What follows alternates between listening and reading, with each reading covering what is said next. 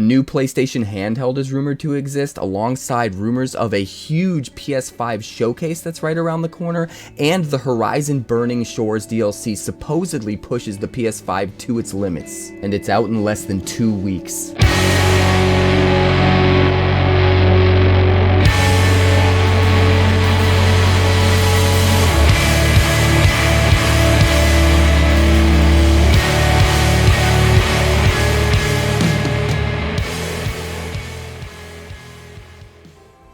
First up, we're discussing the imminent release of the DLC for Horizon Forbidden West, titled The Burning Shores. In recent interviews, developers talked about how this DLC was built from the ground up for PlayStation 5 to utilize the unique hardware that PS5 has to offer, and that a lot of what they're doing in this DLC cannot be replicated on PS4 because it just doesn't have enough power. Specific examples that they cited include some of the fog density and cloud density, and how exploring the skyscape and the clouds has a whole new depth that you can't really explain with words and that you just need to experience. But they also talked about boss battles, and how some of the boss battles are just so insane that they require processing power that the PS4 just doesn't have. So this expansion is coming directly to PS5 only, and it launches on April 19th. Another piece of news is making the rounds this week about how the Decima engine that Horizon Zero Dawn and Horizon Forbidden West uses is actually being used by Sony first-party studios for a lot more games than we realize. We've always known that the Decima engine was lent out to Kojima for Kojima Productions for their work on Death Stranding and for future games that that studio will be putting out. But if current talk is to be believed, there are actually a number of first-party studios that are deep into development on games that we know nothing about right now that are actually using the Decima engine as well. With rumors of a PlayStation Showcase swirling, excitement is at an all-time high, and I personally can't wait to see what these new games are. Hopefully we get a good assortment of new IPs and sequels to long-established franchises. We're overdue.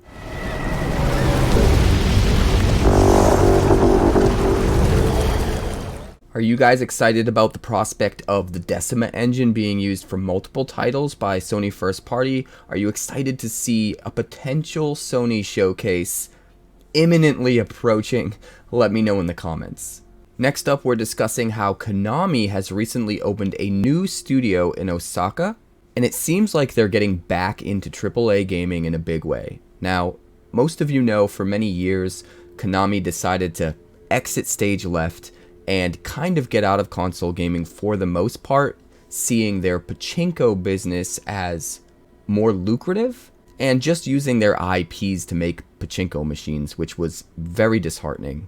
But with the recent announcement that Silent Hill 2 is getting a remake and multiple new Silent Hill games are on the way, and now this announcement coming out of Gaming Bolt talking about how this new studio in Osaka is going to be a developer-first studio, fully decked out with motion capture technology. It will be ready to deliver AAA experiences, and I, for one, am super grateful that Konami is getting back into the game in a big way.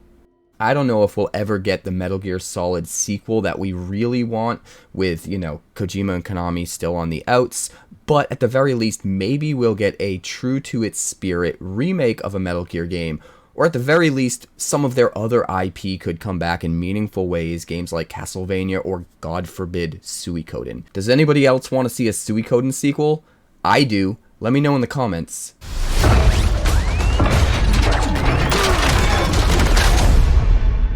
It's been a long 5 years. Next up, we're talking about a game that's about to come out at the end of the month. This is Jedi Survivor, the sequel to Jedi Fallen Order. Now, I don't know about you guys, but the year that Jedi Fallen Order came out, it was definitely in my top 3 games of the year, and absolutely blew me away. I thought the days of getting quality Star Wars games were behind us, but this game was amazing. And if recent reports are to be believed, the sequel's even better. The press recently got their hands on this game and were able to play 3 hours of it, and the impressions are somewhat unanimous. It seems like Jedi Survivor has doubled down on everything that people loved about the first game, while taking all of the qualms that people had, nitpicks and issues, and sort of ironing them out and getting rid of them. Examples of this include the map system and how in the first game it was a little bit convoluted and hard to tell where to go, and now it seems a little bit more streamlined, fleshed out, and easier to understand. Other improvements include a fast travel system so that you can get around the map a bit easier, mounts that you can use in interesting ways that allow for new puzzle solving techniques, as well as traversal, an expanded repertoire of moves and combat styles, whereas the first game just had 2 with your normal lightsaber and then your double-bladed lightsaber. Now you have an additional 3 with 2 blades, a cross-guard hilt saber, and a saber and blaster combo style added into the mix. You can equip any 2 at any given time and then switch back and forth between them. All signs point to this being one of the best Star Wars games ever. Knock on wood, crossing my fingers, please be good. It launches on April 28th. And speaking of games being ready to launch, we have Final Fantasy XVI going gold. That's right, the game is feature complete. The discs are being manufactured as we speak, and they're on their way into our grubby little mitts at home so we can play them. I don't know how you guys feel about this game, but I've sort of lost my love for Final Fantasy over the years with the tragedies that were 13, 13's sequels, and then 15. I found things to like in those games, but they definitely weren't the former glory that Final Fantasy used to be. 7 Remake I thought was absolutely incredible and gave me hope. And 14 has been amazing, and the team that's behind 14, along with the lead over there, Yoshi P, are actually the ones who are behind this game. The expansions to Final Fantasy XIV have been some of the best single-player Final Fantasy content that's existed in the past 10 to 15 years, even though they're tucked away inside a multiplayer game. So I think this game is going to be amazing. The fact that it's gone gold months before its release in early June signifies that it is very polished, very ready to be in our hands, and I for one can't wait to play it. Look, Final Fantasy XIV is absolutely amazing, and Final Fantasy VII Remake was the best single-player Final Fantasy in, well, a long time. So yes, I'm super excited. I have absolute faith in Yoshi P and his team. Are you as excited as I am, or are you hesitant about this game? Let me know in the comments. The last thing I want to talk about in this video is sort of a 1-2 punch, and that's a potential PlayStation Showcase, as well as potential new PlayStation hardware that will be announced. So first up, in a tweet from Jeff Grubb, he's all but confirmed that we're going to see a PlayStation Showcase of some sort for PS5 happen before all of the typical E3 shenanigans. Now, E3 itself is canceled this year, but all of the normal accoutrements that come along with that, such as Jeff Keighley's Summer Game Fest and some individual events by certain publishers, are still going to be happening in June. So if Jeff is right, that means we're going to see a big PlayStation Showcase happen probably in May or very early June. And honestly, I'm expecting a lot from this. We haven't gotten a proper showcase from PS5 in quite a while. We don't know much of anything coming after Final Fantasy XVI and Final Fantasy VII Rebirth. So I'm expecting to see gameplay from Spider-Man 2, a proper reveal of Wolverine, a proper gameplay reveal of the Factions multiplayer from Last of Us, which is a full game in and of itself, and then a couple brand new IPs and or sequels unveiled for the very first time, and that's at the very least. So I'm really excited about this.